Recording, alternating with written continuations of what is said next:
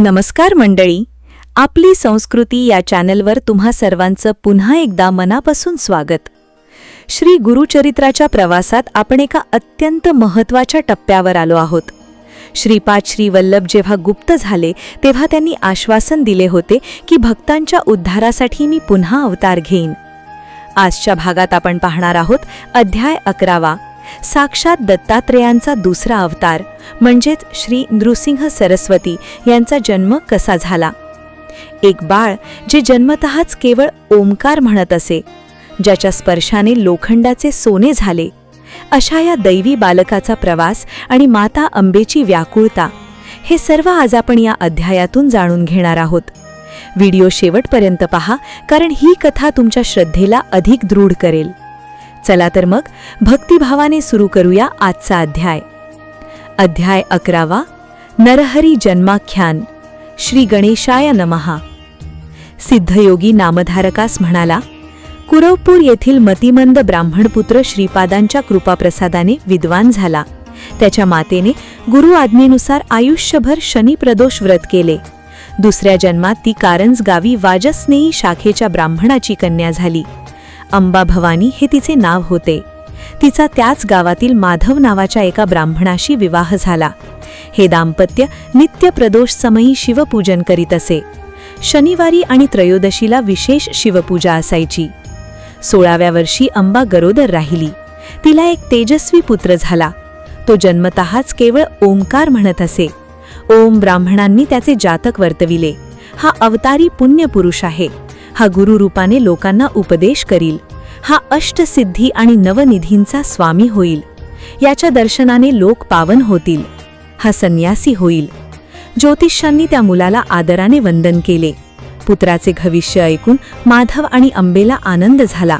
त्यांनी त्याचे नरहरी असे नामकरण केले. शालग्राम देव हे त्याचे जन्मनाम होय. नरहरी स्तनपान करीत असे, पण अंबेला पुरेसे दूध येत नसल्याने त्याची भूक भागत नसे. तिने आपल्या पतीला दाई ठेवण्याचा विचार बोलून दाखवला.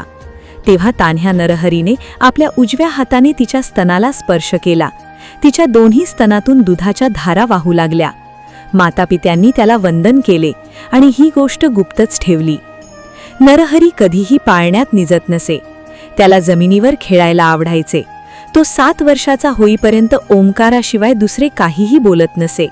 मातापित्यांनी त्याला बोलते करण्याचा खूप प्रयत्न केला, पण उपयोग झाला नाही. त्यामुळे तो मुका आहे की काय अशी त्यांना चिंता वाटू लागली. 8व्या वर्षी मुंज करावी लागणार होती. त्याला गायत्रीचा उपदेश द्यायचा तरी कसा, हाच मुख्य प्रश्न होता. त्याचे मुकेपण तिला सहन होईना. तिला रडताना पाहून नरहरी घरातून लोखंडी वस्तू घेऊन आला.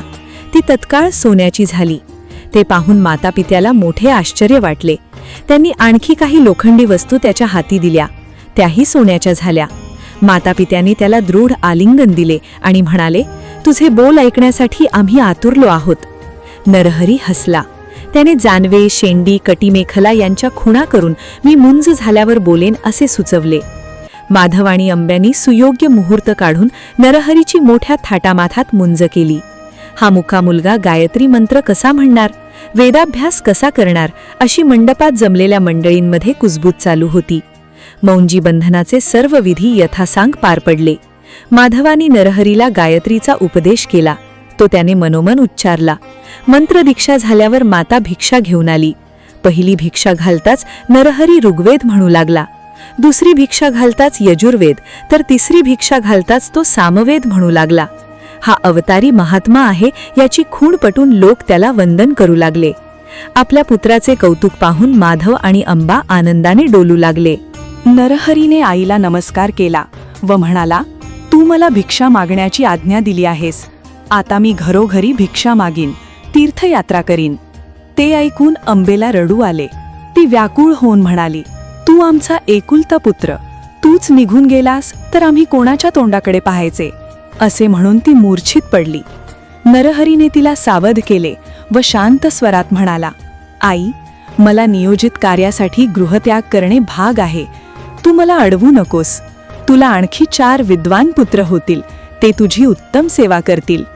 त्यानंतर नरहरीने आपला वरदहस्त तिच्या मस्तकी ठेवला. त्या स्पर्शाने तिला पूर्वजन्मीचे स्मरण झाले.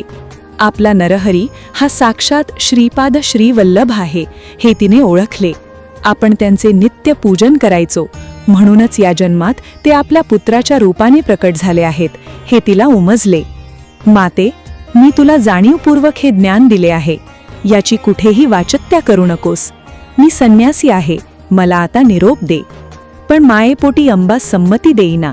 ती म्हणाली, नरहरी, अल्पवयात संन्यास घेणे योग्य नाही. आधी गृहस्थाश्रम स्वीकारावा, जीवन समृद्धपणे जगावे आणि मगच तपश्चर्येची वाट धरावी. सिद्धयोगी म्हणाला, नामधारका, अंबेचे बोलणे ऐकून नरहरीने तिला जे तत्वज्ञान सांगितले तेच मी तुला सांगणार आहे, ते लक्षपूर्वक ऐक. तर मित्रांनो, काय असेल ते तत्वज्ञान? नरहरींनी आपल्या मातेला मोहमायेतून कसे बाहेर काढले हे आपण पुढील भागात पाहणार आहोत. आजचा हा नरहरी जन्माख्यानाचा भाग तुम्हाला कसा वाटला? साक्षात ईश्वराचे बालरूप पाहून मन प्रसन्न झाले असेल तर कॉमेंट्समध्ये दत्तगुरु नक्की लिहा. व्हिडिओला लाईक करा आणि ज्यांच्या घरात मुले आहेत अशा प्रत्येक पालकाला ही कथा नक्की शेअर करा. आपल्या संस्कृतीशी जोडलेले राहण्यासाठी चॅनलला सबस्क्राईब करायला विसरू नका. पुढील भागात भेटूया, जिथे नरहरी संन्यासाची दीक्षा घेतील. तोपर्यंत अवधूत चिंतन. श्री गुरुदेव दत्त.